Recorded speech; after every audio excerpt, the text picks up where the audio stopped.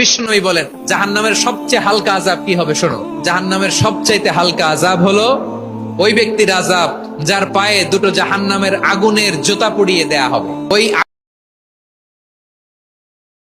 আগুনের উত্তাপে তার মাথার মগজগুলো ভাতের মারের মতো টপ টপ টপ টপ করে বেয়ে বেয়ে পড়বে।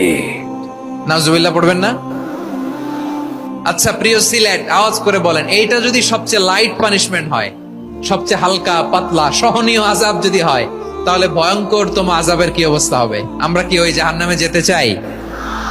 জাহান্নামের অবস্থা এত ভয়ঙ্কর হবে, জাহান্নামের ভেতরে লক্ষ লক্ষ কোটি কোটি কাফির মুশরিককে দেওয়ার পরেও জাহান্নাম বলবে হালমিম মাজিদ, আরো আছে নাকি, আরো দাও।